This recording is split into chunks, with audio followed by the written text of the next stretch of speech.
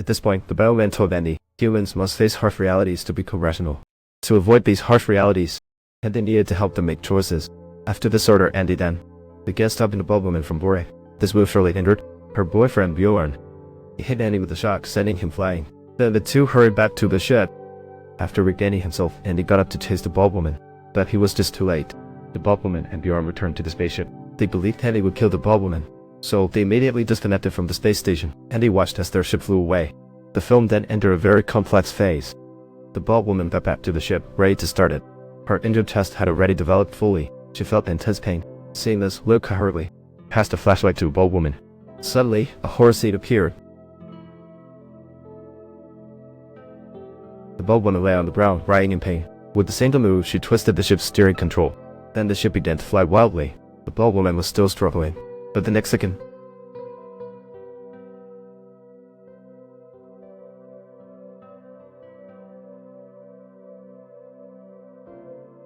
to prevent cowards from watching this video, we'll skip the complete scene of her injury for now. Their ship, due to right flight, accidentally crashed into the space station's open port. This meant they had returned to the space station. The other three, seeing the scene, decided to look for the ship. Then the alarm blared on the space station. The space station would collide with the planet's orbiting asteroid belt in 47 minutes. At that time, the whole station would be doomed. At that moment, Eddie heard in his mind a call of that cyborg from earlier. He approached the cyborg seeking help, but this changed Andy's highest directive. This battle engineer man is Luke, the commander at the station. The film opens with a salvage in space. He gave the salvage order. Little did they know, adrift in space, the creature survived all these years and secreted a layer resembling a fuzzy-like substance for protection. And it also released the face cowers, putting all the crew to sleep. That's why they didn't see a single human body. This is from the now research output. His mission was to create a method for human evolution. So he used face cowers to develop synthetic blood goo, a lower version of the blood goo. Luke then gave Andy a new highest directive, which meant sending the synthetic goo to Huck. Then Andy went to help Rain and Tyre find the spacecraft. During this process, they found that midway there was a chamber completely overrun by face cowers to get to the ship's location. They had to get through this chamber. So Andy told the two, face cowers have sharp temperature sensors. They don't have eyes, but are very sensitive to sound. So to pass through this chamber, Andy will heat the chamber to body temp, so that the face cover's sensitivity wouldn't be triggered. As long as they stay quiet and don't talk, in theory, it's safe to pass through here.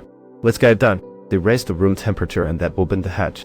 Andy reminded the pair, nerves and anxiety can raise body temperature, so staying calm poses no danger. They started off quite smoothly.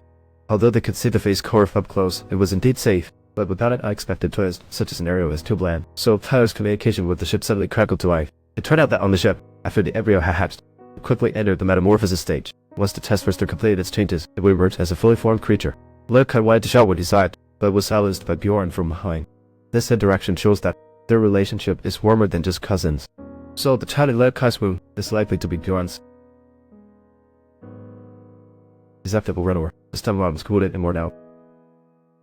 But to his surprise, the creature lied. Instead, it whipped its tail at Bjorn. He collapsed to the ground.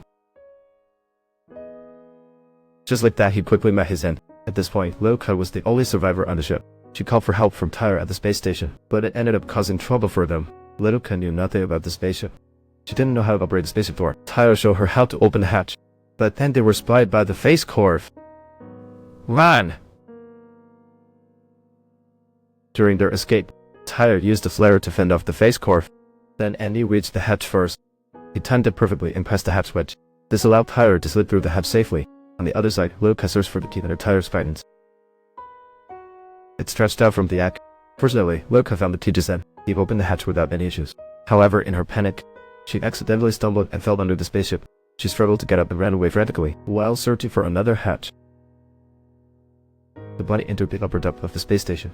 At that moment, Little Kai found the hatch, but as she approached to open it, Tyre and the others arrived at the other side of the hatch. Just as Andy was about to open the hatch,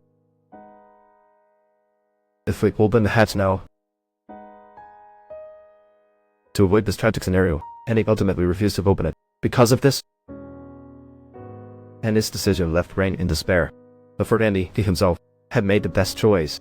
Next, Andy was to complete the test assigned by Luke. If he finishes the test, Luke would approve the spaceship's departure, and also promise Rain and Tyre a trip to Vada planet.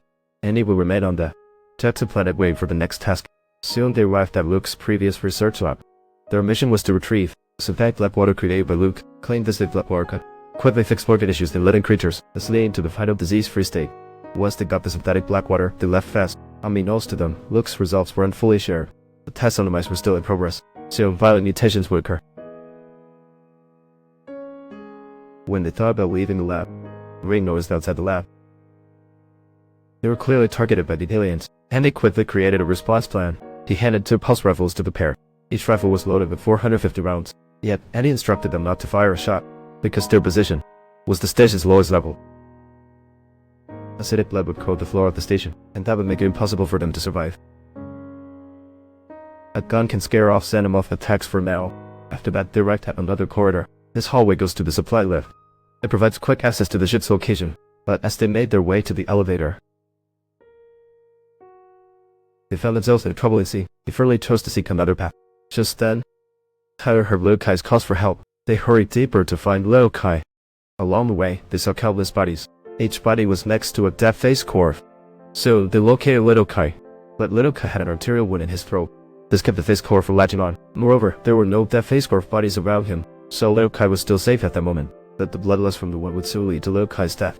So Andy took out a vial of synthetic black fluid. He said that humans share 25 of their genome with mice, so this fluid might save Little Kai's life. But just as Tyler was about to inject Little Kai, Ray said inject only as a last resort. If there's a chance to return to the colony, there would be better treatment options. They continued with Little Kai toward the elevator. Just when Tyler pried open the elevator door, he bent down and felt vibrations from the floor. He sensed it as the face corpse vibrations, and it was right behind Ray. At that moment, stay safe!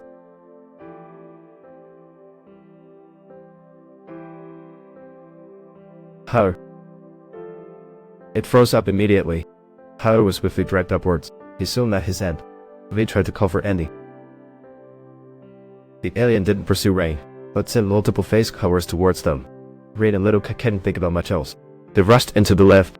At the last second, they pressed the lift button. In the lift, Ray told Little Kai that when they were back on the ship, she'd shoot him some dark wire. Then she would enter the stasis pod and activate the ship's autopilot. This way, the ship would take her back to the colony. Ray stated she would rescue Andy, and then find more ways to escape. With that, Rain left the lift. Little Kai went up alone in the lift. When Rain returned below, she quickly rebooted Andy. She also removed the upgrade chip. He thought the new version, that Andy was merely the company's robot, didn't rebar humans at all. But when she took off the chip, Andy reverted to the original low-version bioengineered human. Seeing this, Rain pulled out a rifle. But this won't delay them for long. The two hurried towards the laboratory. They sought another way back to the ship, but there was a problem when opening the hatch. The hatch permission was revoked. Luke also denied Ray's request to open the door, and his access to was gone as well. So they were trapped in this place. As for why Luke wouldn't let them in, it's because he can monitor every move inside the space station. He knows the synthetic black wire has boarded the ship, so he wouldn't risk delaying the ship further. Or that only if they died would Little Kai board the ship, give up, and leave. Then synthetic black water could smoothly leave the space station. Press the button. Let me ensure they don't sacrifice themselves. At this moment, Rain was quite hopeless. She wished Andy could choke in the end, to make herself laugh with a cold joke, inspired by Andy's cold joke. She then ordered Andy to turn off the station's gravity. Thus, the entire tube entered a state of free fall. It was at this moment